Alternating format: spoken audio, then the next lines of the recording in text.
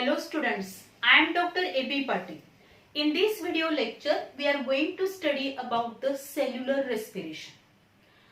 In previous lecture, we already discussed about the cellular respiration and especially we discussed about the aerobic respiration. Various steps of aerobic respiration we already studied. That is glycolysis, then Krebs cycle, electron transfer chain, all these points we already discussed. And in that case, there is a availability of the energy source in the form of carbohydrate. Means the common respiratory substrate glucose is available. And in that case, whenever there is availability of the glucose and also there is a presence of the oxygen, in that case aerobic respiration takes place. Means glucose molecule is completely oxidized and then there is a formation of 38 ATP molecules. But if there is insufficient carbohydrates in the body due to exceptional conditions like fasting and hunger, at that time proteins and lipids are used for the energy production. म्हणजे जर आपण बघितलं बऱ्याच वेळेला बॉडीमध्ये जर carbohydrate sufficient amount मध्ये available नसतील, means insufficient amount of carbohydrates are present in the बॉडीमध्ये इनसफिशियंट अमाउंट मध्ये कार्बोहायड्रेट्स आहेत. म्हणजे जर आपण बघितलं during that is due to exceptional cases like the fasting असेल, हंगर असेल, त्यावेळेला बॉडीमध्ये प्रोटीन्स आणि लिपिड्स हे वापरले जातात फॉर द एनर्जी प्रोडक्शन. म्हणजे एनर्जी प्रोड्यूस करण्यासाठी प्रोटीन आणि लिपिड्स वापरले जातात. And then there is a aerobic respiration of the proteins and the lipids. Then these proteins and lipids which are converted into their simple compounds, means lipids are converted into fatty acid to acetyl coenzyme A, and proteins जर available असतील तर प्रोटीनचं conversion amino acid मध्ये केलं जातं and then amino acids are converted into acetyl coenzyme A and then there is a complete oxidation of acetyl coenzyme A. म्हणजे इथं जर आपण बघितलं process of energy production through aerobic respiration of carbohydrates, lipids and proteins. जर normally carbohydrates present असतील तर त्या carbohydrates मध्ये म्हणजे समजा पॉलिशॅकराइड असतील किंवा डायशॅकराइड्स असतील. पॉलिशॅकराइड्स म्हणजे स्टार्चच्या फॉर्म मध्ये जर फूड मटेरियल असेल तर त्याच्यामध्ये काय होईल, त्या पॉलिशॅकराइडचं कन्वर्जन हे मोनोशॅकराइड मध्ये होईल. कारण स्टार्च हे कशापासून फॉर्म झाले, ग्लुकोज पासून फॉर्म झाले. Thousands of glucose molecules they joined to each other by glycosidic bond and then there is a formation of the starch. So the starch which undergo hydrolysis process and then there is a formation of monosaccharide and then this monosaccharide undergo glycolysis. जर समजा तिथे डायसॅकराइड असतील म्हणजे sucrose असेल, lactose असेल, maltose असेल, हे जर डायसॅकराइड असतील तर त्या डायसॅकराइड पासून मोनोसॅकराइड फॉर्म होणार म्हणजेच common respiratory substrate glucose form. And then this glucose which undergo glycolysis process and from this glycolysis process there is a formation of pyruvic acid. म्हणजे एका ग्लुकोज मॉलिक्यूल पासून पायरुविक ऍसिड चे दोन मॉलिक्युल्स फॉर्म होतील आणि हे pyruvic acid जे असणार आहे ते 3 कार्बन कंपाउंड आहे. Then this pyruvic acid which undergo the oxidative decarboxylation and it is converted into acetyl coenzyme A and this acetyl coenzyme A which is a 2 carbon compound. त्याचं conversion acetyl coenzyme A मध्ये होणार आहे आणि मग हा acetyl coenzyme A हा Krebs cycle मध्ये enter होईल आणि in the Krebs cycle the series of conversion होतील आणि त्या acetyl coenzyme A चं complete oxidation होईल Krebs cycle मध्ये. ट्राय कार्बोक्सिलिक ऍसिड सायकल आपण त्याला म्हणतो, त्याच्यामध्ये म्हणजे TCA सायकल मध्ये तिथं complete oxidation of acetyl coenzyme A takes place and during this complete oxidation the NADH2 and FADH2 form होतील. ते NADH2 FADH2 हे इलेक्ट्रॉन ट्रान्सफर चेन मध्ये एंटर होतील and then the there is a oxidation of this NADH2 and FADH2 and energy is released which is stored in the form of ATP च्या form मध्ये ती energy store केली जाईल. म्हणजे Krebs cycle होणार. Krebs cycle मध्ये ऍसिटिल कोएन्झाइमचं complete oxidation होईल आणि नंतर NADH2 FADH2 electron transport chain मध्ये गेल्यानंतर आपण जर बघितलं सगळ्यात शेवटी एरोबिक रेस्पिरेशन मध्ये जेव्हा कार्बोहायड्रेट हा एनर्जी सोर्स असेल त्यावेळी तिथं carbon dioxide, water and energy form होणार आहे. कार्बन डायऑक्साइड, वॉटर हे फॉर्म होतील. त्याचबरोबर तिथं काय होईल, एनर्जी रिलीज होईल की जी एनर्जी एटीपीच्या फॉर्म मध्ये स्टोअर केली जाईल. जेव्हा कार्बोहायड्रेट असेल तर या पद्धतीनं सगळ्या स्टेप्स वाईज मॅनरनी काय होईल, complete oxidation of glucose molecule होणार. पण जर समजा कार्बोहायड्रेटच इनसफिशियंट क्वांटिटी मध्ये आहे आणि अशा वेळी बॉडी काय करणार आहे, तर बॉडीमध्ये प्रेझेंट असलेले प्रोटीन्स ऑर द लिपिड्स यांचा उपयोग करेल फॉर द एनर्जी प्रोडक्शन. म्हणजे समजा लिपिड्स आहेत, लिपिड्स जर यूज करायचे असतील पहिल्यांदा त्या लिपिडचं कन्व्हर्जन हे फॅटी ऍसिड मध्ये केलं जातं and then this fatty acids are converted into acetyl coenzyme A and then this acetyl coenzyme A enter into the Krebs cycle and then there is a complete oxidation of acetyl coenzyme A and then there is a formation of the carbon dioxide is released, then there is a formation of the NADH2 FADH2 and at the end of this respiration means at the end of this electron transfer system or electron transfer chain the water molecule is formed as well as the energy is released which is stored in the form of ATP च्या form मध्ये energy release होणार. समजा जर proteins हा काय असेल, energy source असेल, म्हणजे कार्बोहायड्रेट्स आणि लिपिड्स नाही आहेत तिथं, प्रोटीन्स अवेलेबल आहेत. मग अशा वेळी एनर्जी प्रोडक्शन करण्यासाठी बॉडी कशाचा वापर करणार आहे, प्रोटीन्स यूज करतील आणि मग पहिल्यांदा सुरुवातीला या प्रोटीनचं कन्व्हर्जन अमायनो ऍसिड मध्ये होणार आहे. या प्रोटीनचं कन्व्हर्जन अमायनो ऍसिड मध्ये होणार. आपल्याला माहितीये की प्रोटीन्स हे काय असणार आहेत, proteins are the polypeptide chains of amino acid. Protein हे काय आहे तर polypeptide chain of amino acid आहे. म्हणजे नंबर ऑफ अमायनो ऍसिड्स हे पेप्टाइड बॉन्डनी एकमेकाला जॉईन झाले आणि तिथं प्रोटीन फॉर्म होतं आणि हे जे काही प्रोटीन आहे जेव्हा एनर्जी सोर्स म्हणून वापरलं जातं तेव्हा या प्रोटीनचं हायड्रॉलिसिस होईल. म्हणजे त्याच्यामधले पेप्टाइड बॉन्ड जे असणार आहेत अमायनो ऍसिड मध्ये ते ब्रेक होतील and then from these proteins there is a formation of amino acid. From this amino acid there is a formation of acetyl coenzyme A and then this acetyl coenzyme A enter into the Krebs cycle. किंवा बऱ्याच वेळेला काही जे amino acids असतील ते directly Krebs cycle मध्ये enter होतात आणि मग फर्दर कन्व्हर्जन होऊन तिथं NADH2 FADH2 फॉर्म होतात आणि या NADH2 FADH2 हे परत इलेक्ट्रॉन ट्रान्सफर चेन मध्ये एंटर होणार and then energy production is takes place. म्हणजे एरोबिक रेस्पिरेशन मध्ये कोणताही एनर्जी सोर्स असेल, कार्बोहायड्रेट्स असतील, लिपिड्स असतील, प्रोटीन्स असतील, तरी शेवटी काय केलं जाणार आहे तिथं तर वॉटर मॉलिक्यूल फॉर्म होईल, कार्बन डायऑक्साइड रिलीज होणार आहे आणि एनर्जी प्रोडक्शन होईल आणि ती एनर्जी एटीपीच्या फॉर्म मध्ये स्टोअर केली जाईल.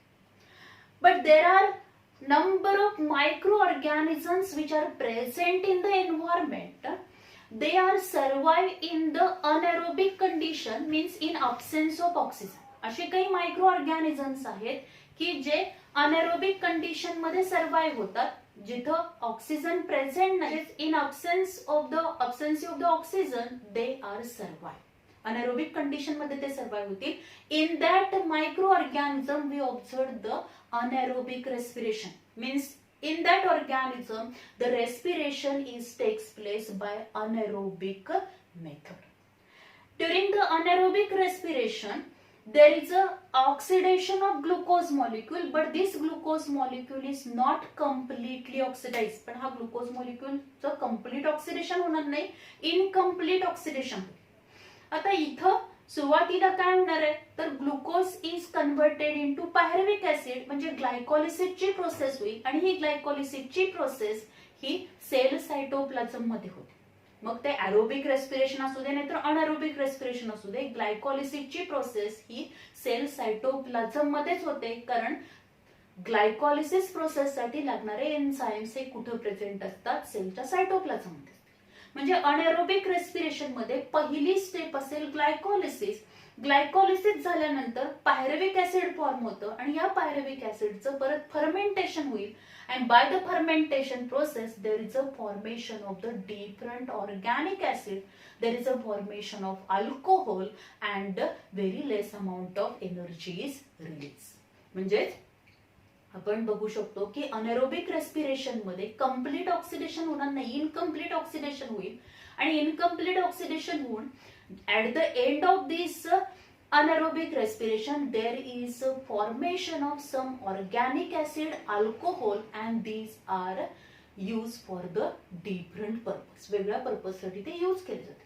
जर आपण इथं बघितलं anaerobic respiration in living cells. Living cells मध्ये anaerobic respiration कशा पद्धतीने होईल? ग्लुकोज हा एनर्जी सोर्स आहे, means respiratory substrate is in the form of glucose. Then this glucose undergo glycolysis process, means glucose molecule is broken down into two molecules of pyruvic acid, and in this way by glycolysis process there is a formation of pyruvic acid, and this pyruvic acid, which is a 3 carbon compound, is a formation of the two molecules of pyruvic acid. Pyruvic acid चे दोन molecules form होतील. Then this pyruvic acid undergo fermentation process. काय होईल तिथं? fermentation process होणार, and then there is a formation of the different products. वेगवेगळे products form होतील, म्हणजे त्या pyruvic acid चं fermentation होईल and different products फॉर्म होतात. म्हणजेच विनेगर फॉर्म होईल, then vitamins फॉर्म होतील किंवा other organic acids फॉर्म होतील, and this process which is carried out in the presence of enzymes, and these enzymes which are produced by the various microbes. कारण ही fermentation ची process जी होणार आहे त्या fermentation process मध्ये number of micro ऑर्गॅनिझमचा important role आहे. म्हणजे जे काही अनएरोबिक मायक्रो ऑर्गॅनिझम्स असतील त्या मायक्रो ऑर्गॅनिझमच्या सेलमध्ये काही एन्झाइम्स फॉर्म होणार आहेत आणि ते एन्झाइम्स या रिएक्शन कॅटलाइज करतील, and with the help of these enzymes there is a production of different products. काही प्रॉडक्ट्स फॉर्म केले जातील, म्हणजेच व्हिनेगर असेल, व्हिटॅमिन्स असतील, असे काही प्रॉडक्ट्स तिथं फॉर्म होतात. देन जर आपण बघितलं, समजा ह्या ग्लुकोज मॉलिक्यूलचं जे काही ब्रोकन डाऊन झालेलं आहे, then there is a formation of two molecules of the pyruvic acid by the glycolysis process. Then this pyruvic acid undergo fermentation, and then there is a formation of alcohol. In that case, whenever there is a alcoholic fermentation, at that time yeast play very important role. yeastचा important role असणार. म्हणजे जर आपण बघितलं इथं पायरुव्हिक acid जे असणार आहे, this pyruvic acid which is form from the glucose molecule by the process of glycolysis. ग्लायकोलिसिसनी हे पायरुव्हिक ऍसिड फॉर्म होईल आणि हे जे काही पायरुव्हिक ऍसिड फॉर्म होणार आहे, this pyruvic acid which undergo decarboxylation. या पायरुव्हिक ऍसिडचं डिकार्बॉक्सिलेशन होतं, and then there is a formation of acetaldehyde. तिथे काय फॉर्म होईल? असेटाल्डिहाइड फॉर्म होतं, and then this acetaldehyde undergo reduction. तिथं रिडक्शन होणार, and for the reduction process the NADH2 are use. म्हणजे जे NADH2 या ग्लायकोलिसिस प्रोसेस मध्ये फॉर्म झाले होते ते NADH2 हे या रिडक्शन प्रोसेस मध्ये युटिलाइज केले जातील आणि असेटाल्डिहाइडचं रिडक्शन होणार, and then there is a formation of alcohol form. And this alcoholic fermentation which is carried out by the yeast. Yeast ही युनिसेल्युलर फंगस जे असणार आहे, शॅकेरोमायसिस सेरिवेसी, ते काय करेल? हे अल्कोहोलिक फर्मेंटेशन घडून आणणार आहे, कारण ईस्ट मध्ये काही एन्झाइम्स सिक्रेट होणार आहे, and these enzymes which play very important role for this fermentation process. Then if this pyruvic acid undergo fermentation and then there is a formation of lactic acid, then this type of the fermentation is known as lactic acid fermentation. आपण त्याला lactic acid fermentation म्हणतो, आणि lactic acid fermentation मध्ये carbon dioxide release होत नाही. जर आपण alcoholic fermentation मध्ये बघितलं तर पहिली स्टेप काय? डिकार्बॉक्सिलेशन, आणि तिथं कार्बन डायऑक्साइड रिलीज होतो. पण लॅक्टिक ऍसिड फर्मेंटेशन मध्ये कार्बन डायऑक्साइड रिलीज होणार नाही.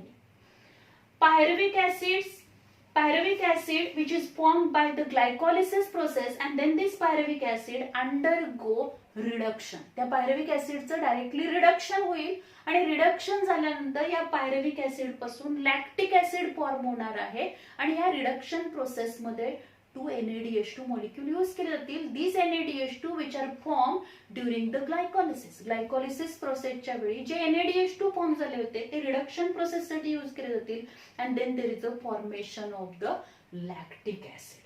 And this lactic acid formation as the some microorganisms they carry out this lactic acid fermentation process as well as this lactic acid formation is also takes place in the erythrocytes and muscle cells. म्हणजे आपल्या ज्या muscle cells असतील specially जर आपण बघितलं एक्सरसाइजच्या वेळी जे fastly एनर्जीची रिक्वायरमेंट आहे आणि त्यावेळी तेवढ्या प्रमाणात ऑक्सिजन अवेलेबल नसेल तर मसल सेल्स ह्या अनएरोबिक रेस्पिरेशन करणार आहेत and by this anaerobic respiration there is a formation of lactic acid. तिथे लॅक्टिक ऍसिड फॉर्म होतं आणि ते लॅक्टिक ऍसिड आपल्या मसल सेल्स मध्ये अॅक्युम्युलेट झाल्यामुळे काही वेळानंतर आपल्याला तिथं टायर्डनेस जाणवतो किंवा आपल्याला तिथं जर आपण बघितलं फटिक इन द मसल्स म्हणजे आपले मसल्स काय होणार आहेत ते टायर्ड होतील म्हणजे थकणार आहेत कारण का तिथे लॅक्टिक ऍसिडचं अॅक्युम्युलेशन होणार आहे.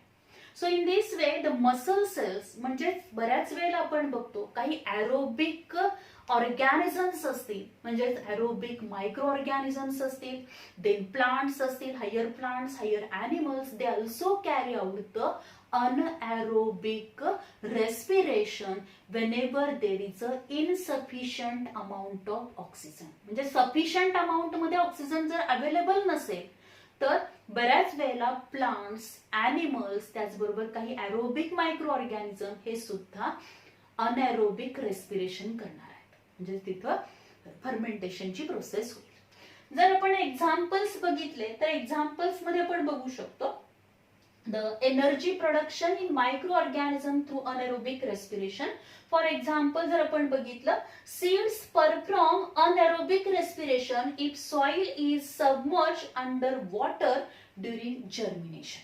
म्हणजे काय ज्या काही सीड्स असतील त्या जर्मिनेशनच्या वेळी त्या सीड्स मध्ये आपल्याला अनारोबिक रेस्पिरेशन पाहायला मिळणार. पण हे अनारोबिक रेस्पिरेशन कधी पाहायला मिळेल तर अशी कंडिशन असेल की पूर्णपणे त्या सॉइल वरती वॉटर प्रेझेंट असेल म्हणजे वॉटर लॉगिंग कंडिशन आहे आणि त्या सीड्सना ऑक्सिजनच अवेलेबल होत नाही अशा वेळी तिथं अनएरोबिक रेस्पिरेशन होणार. Means seeds perform anaerobic respiration if soil is submerge under water during germination.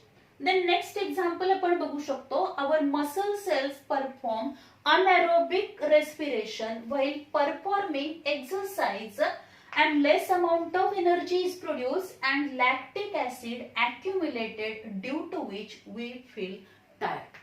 म्हणजे जर आपण बघितलं जेव्हा आपण एक्सरसाइज करणार आहोत तेव्हा आपल्या बॉडीमध्ये ज्या मसल्स जे असणार आहेत त्या मसल्स मध्ये आपण बघू शकतो in this muscle cells there is a anaerobic respiration. तिथे अनएरोबिक रेस्पिरेशन होणार आहे म्हणजेच तिथे काय होईल लॅक्टिक ऍसिड फर्मेंटेशन होणार आहे म्हणजे ग्लायकोलिसिसची प्रोसेस होईल.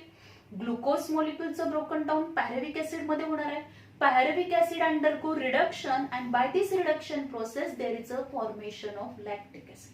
And then this lactic acid which is accumulated in the muscle cells मध्ये accumulated झाल्यामुळे काय होईल we feel tired. आपल्याला थकवा जाणवणार आहे कारण ह्या लॅक्टिक ऍसिडचं accumulation होतं आणि ह्या अनएरोबिक रेस्पिरेशनच्या वेळी very less amount of energy production होईल. म्हणजे जर आपण बघितलं ग्लुकोजचं ब्रेकडाऊन होताना glucose is broken down into 2 molecules of pyruvic acid. At that time 4 ATP molecules are formed. Out of these 4 ATP molecules 2 are used for the phosphorylation process. So net gain जर आपण बघितला ग्लायकोलिसिसचा तिथं फक्त 2च ATP form होतील कारण 2 use होणार आहेत त्यामुळे नेट गेन किती असणार आहे 2 असणार. सबस्ट्रेट लेवल फॉस्फोरायलेशननी 4 ATP फॉर्म होतात पण जर आपण बघितलं त्याच्यातले 2 युटिलाइज होणार आणि नेट गेन हा 2 ATP असेल. म्हणजेच अनएरोबिक रेस्पिरेशनच्या वेळी 50 किलो कॅलरी एनर्जी ही रिलीज होईल. Out of this 50 kilo calorie energy 14.6 म्हणजे 14.6 किलो कॅलरी एनर्जी ही फक्त कशासाठी वापरली जाते, तर 2 एटीपी फॉर्मेशन साठी वापरली जाते. कारण एक एटीपी फॉर्म करायचा असेल ऍडिनोसिन डायफॉस्फेट आणि इनऑर्गॅनिक फॉस्फेट पासून, तर तिथं 7.3 किलो कॅलरी एनर्जी लागते. म्हणजे 2 एटीपी फॉर्म करायचे असतील तर 14.6 किलो कॅलरी एवढी एनर्जी लागणार आहे. म्हणजे very less amount of energy is release during the anaerobic respiration. And this anaerobic respiration, त्यालाच आपण fermentation म्हणतो, and due to the microbial activities this anaerobic respiration takes place, and this anaerobic respiration which play very important role for the production of fermentation products. So this is all about the anaerobic respiration. हे जे काही दोन flow chart आहेत, या हे flow chart important आहेत, याच्यावरती आपल्याला क्वेश्चन विचारला जातो की जे फ्लो चार्ट आहे त्याच्यामध्ये काही मधले पॉइंट्स हे काय केले जातील, त्याच्यामध्ये तिथं अल्फाबेट दिले जातील किंवा वेकंट स्पेस दिला जाणार आहे आणि ते फिलिंग द ब्लँक्स तुम्हाला भरावे लागतील किंवा तो चार्ट तुम्हाला कंप्लीट करावा लागेल. या पद्धतीने हे फ्लो चार्ट इम्पॉर्टन्स आहेत. त्याचबरोबर हे जे एक्झाम्पल्स आहेत अनएरोबिक रेस्पिरेशनचे, त्या एक्झाम्पलशी रिलेटेड आपल्याला क्वेश्चन विचारला जाऊ शकतो किंवा क्वेश्चन असाही विचारला जातो, give the difference between aerobic and anaerobic respiration. आता जर आपण बघितलं, aerobic respiration which is takes place in presence of oxygen, anaerobic respiration which is takes place in absence of oxygen. In aerobic respiration there is a complete oxidation of glucose molecule. In anaerobic respiration there is a incomplete oxidation of glucose molecule. Then in aerobic respiration at the end 38 ATP molecules are formed from one glucose molecule. In anaerobic respiration only 2 ATP molecules are formed at the end from the one glucose molecule. एका glucose molecule पासून फक्त 2 ATP molecule form होणार आहेत anaerobic respiration मध्ये. त्याचबरोबर जर आपण बघितलं एरोबिक रेस्पिरेशन मध्ये नंबर ऑफ स्टेप्स आहेत. तिथं ग्लायकॉलिसिस आहे, क्रेब्स सायकल आहे, त्याचबरोबर इलेक्ट्रॉन ट्रान्सफर चेन आहे. पण जर अनएरोबिक रेस्पिरेशन मध्ये आपण बघितलं तर ग्लायकॉलिसिस नंतर डायरेक्ट फर्मेंटेशन होईल. म्हणजे डिकार्बोक्सिलेशन, काही याच्यामध्ये डिकार्बोक्सिलेशन रिडक्शन होणार आहे, काही मध्ये ग्लायकॉलिसिस झाल्यानंतर डायरेक्ट रिडक्शन होईल. त्याचबरोबर जर आपण बघितलं हे जे काही एरोबिक रेस्पिरेशन आहे ते एरोबिक रेस्पिरेशन हे सेल सायटोप्लाझम आणि मायटोकॉन्ड्रिया मध्ये होणार आहे आणि अनएरोबिक रेस्पिरेशन हे सेल सायटोप्लाझम मध्ये होईल. अशा पद्धतीने आपण हा एरोबिक आणि अनएरोबिक रेस्पिरेशनचा जर डिफरन्स विचारला तर या पद्धतीने आपण हे पॉइंट मेन्शन करू शकतो. So this is all about the cellular level respiration. Thank you very much.